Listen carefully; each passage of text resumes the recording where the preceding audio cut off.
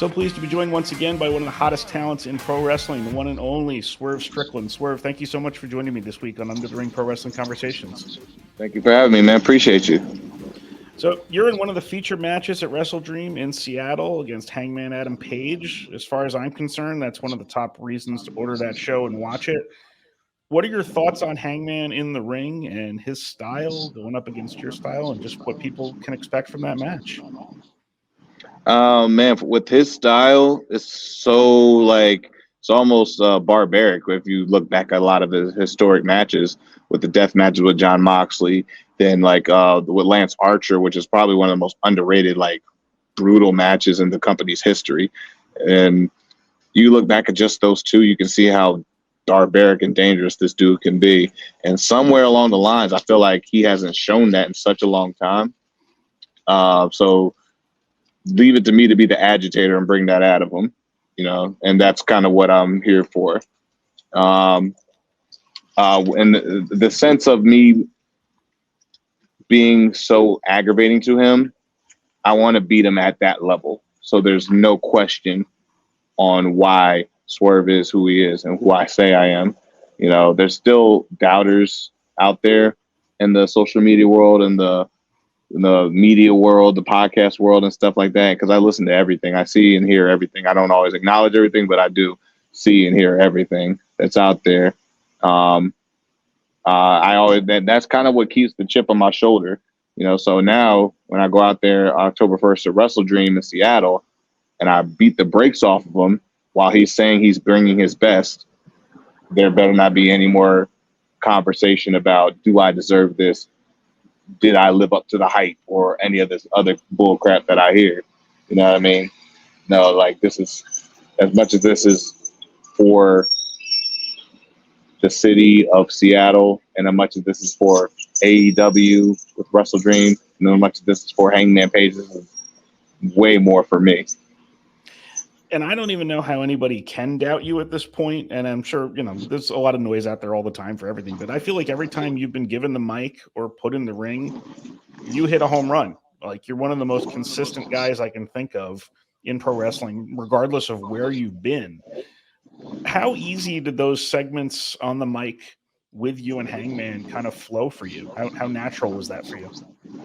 It wasn't easy at all. I don't think for me, I feel like the toughest part of this industry is being able to just speak,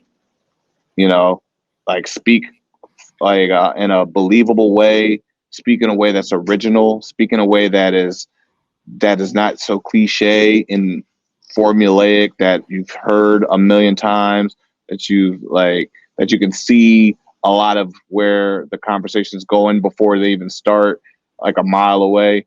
That's so hard, especially when some of the greatest talkers of all time have already come and gone and either are already out of the industry or they're on their way out of the industry. To find your own voice is tough. And for me, this is the most mic time I've ever got in my career, on live TV, I would say. I've had I had the mic a couple times in WWE and NXT, but that was a lot of shared mic time.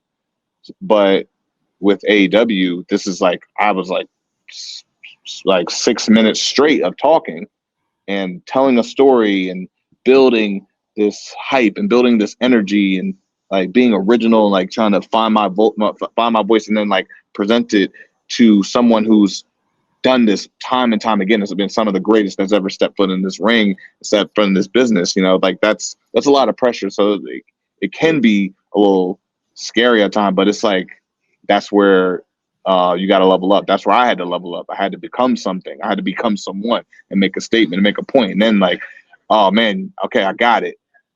Now do it again. Oh, okay. Now I got to find that energy again and really find out who you really are. And you got to do it all over again. You got to make sure not only you top it, but make sure you still keep who you were the first time. Yeah.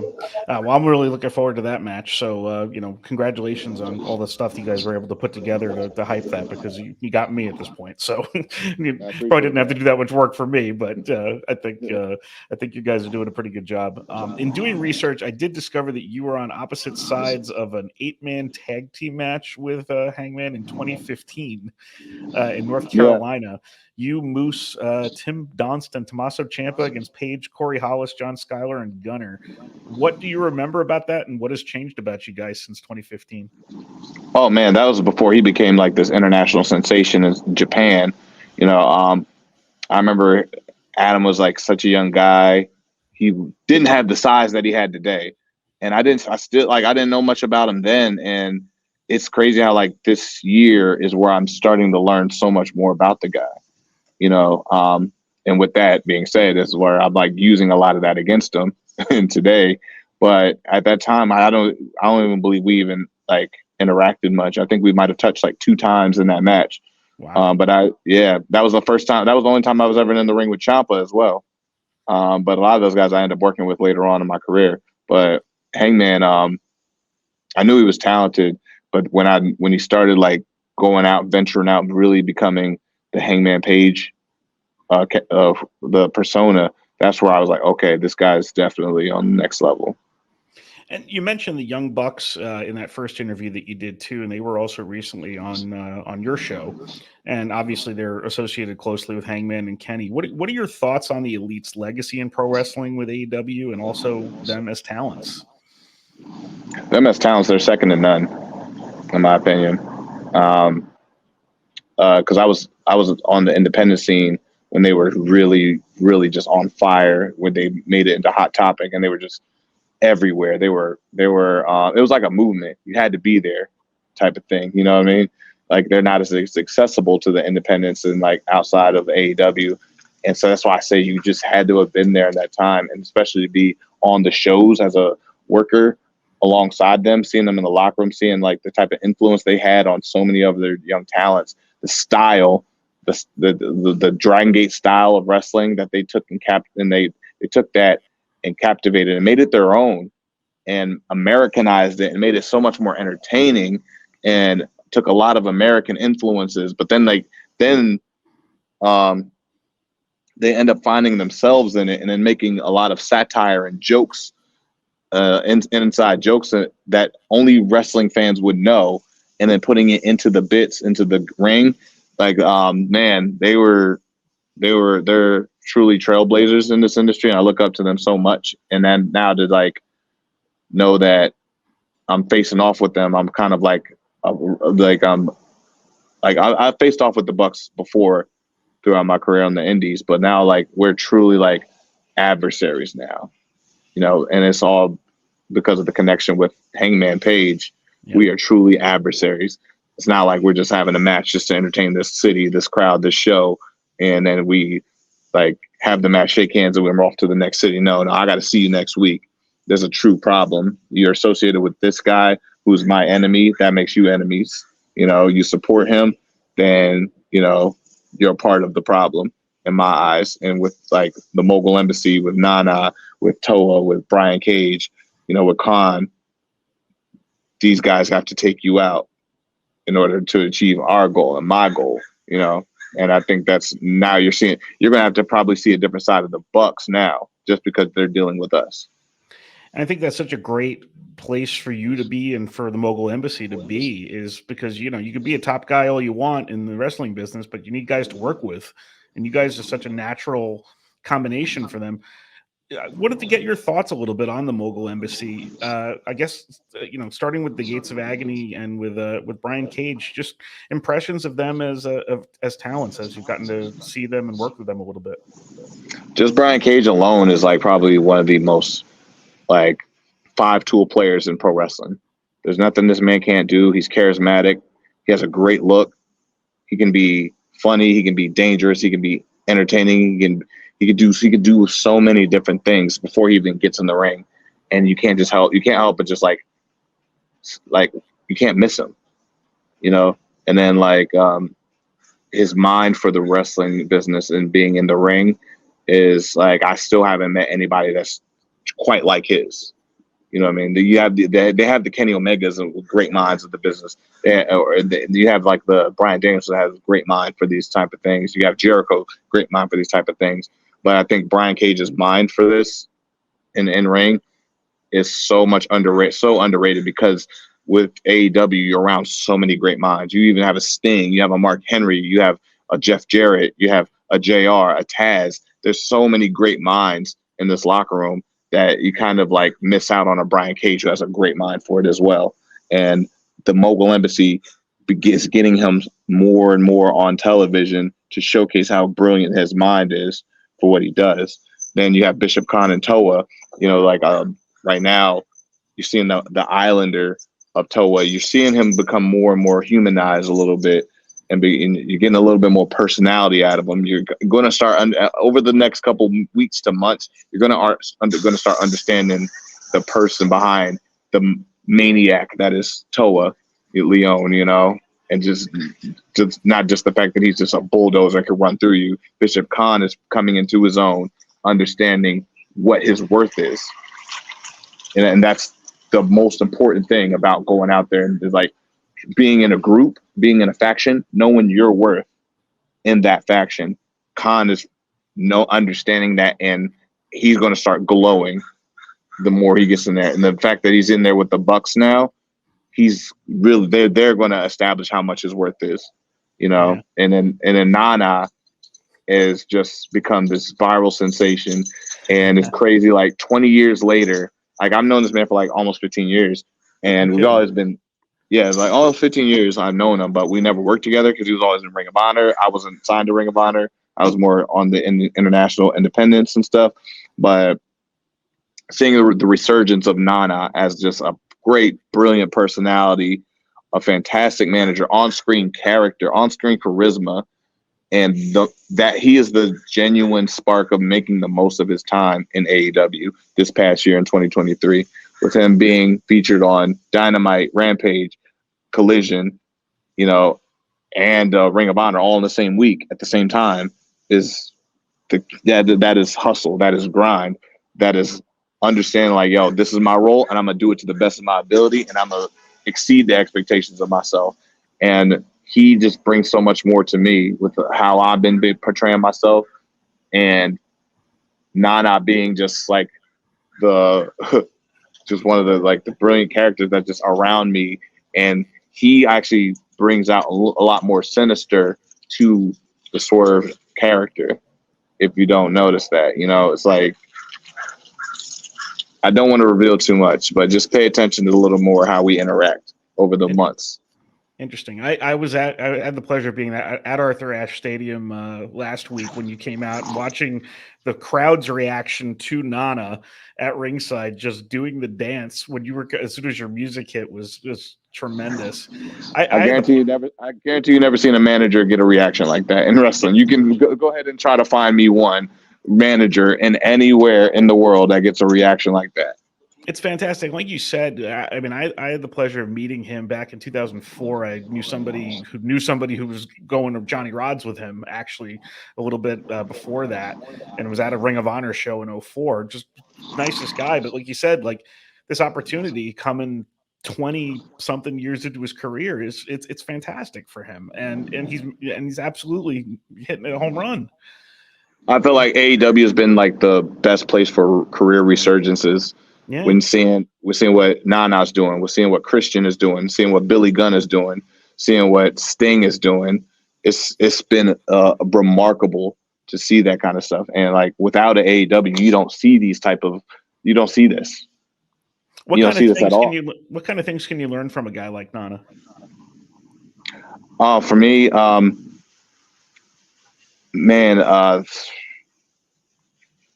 what I will say, he's been giving me perception.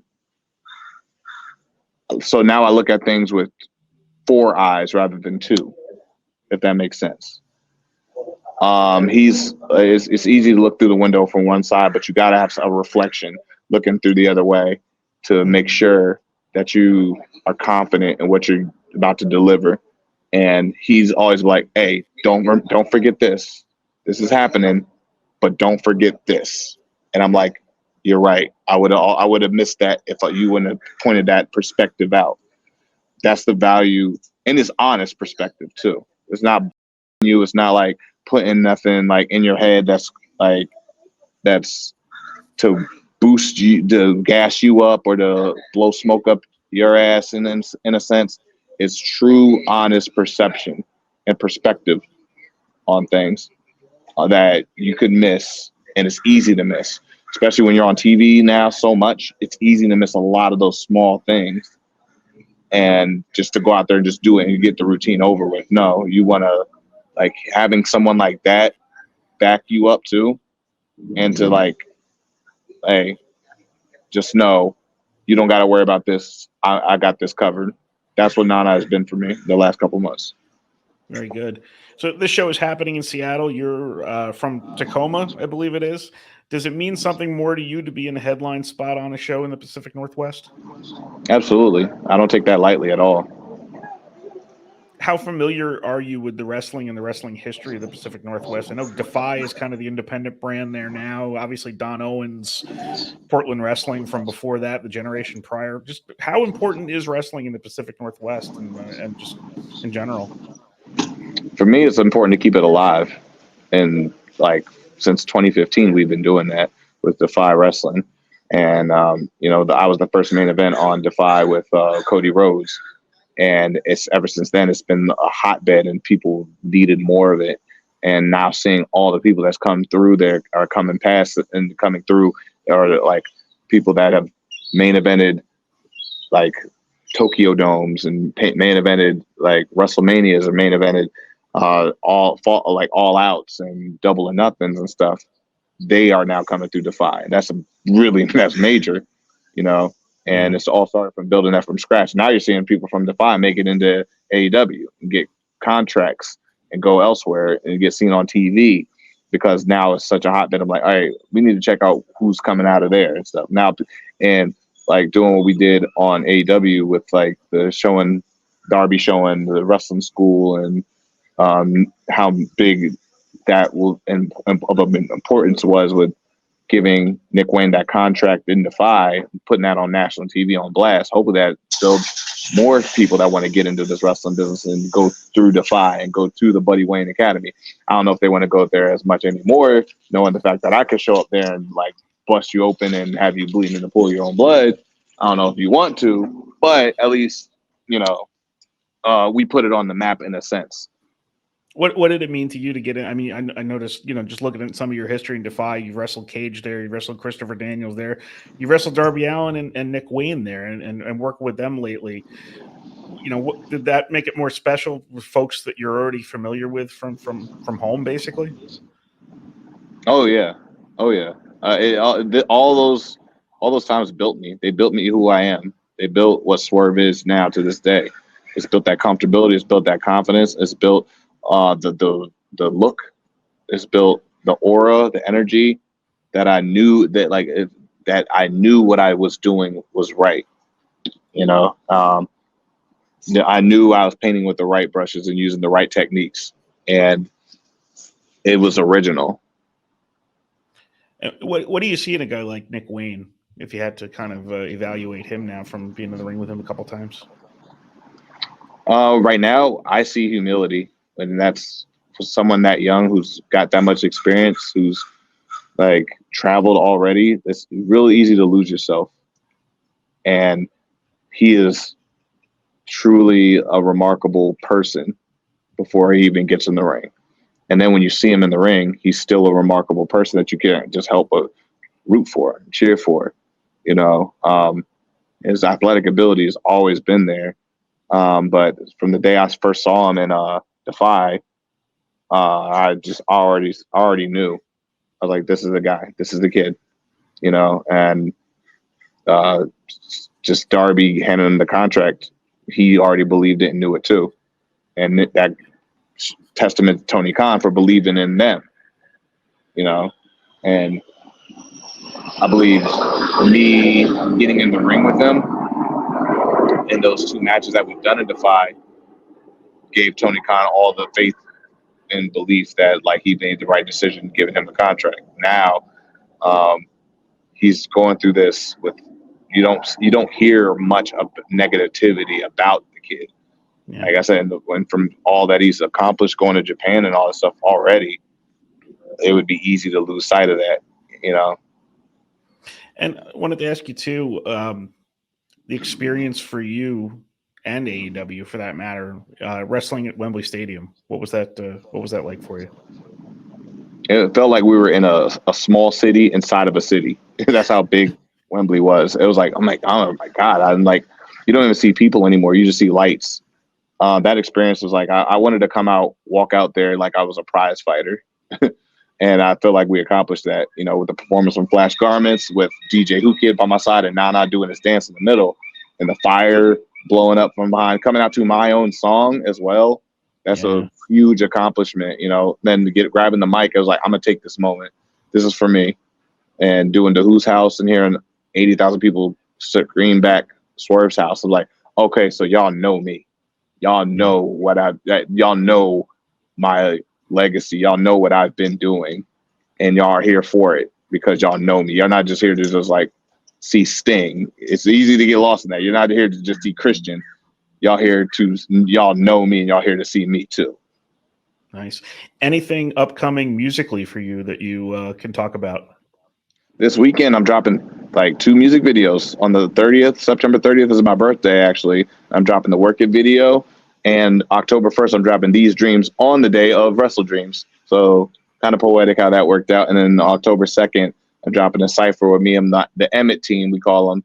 It stands for Every Move Made Includes the Team, featuring myself, Anthony King, who does the weekly wrap-ups for AEW on social media. So check him out at Anthony King with an I in Anthony.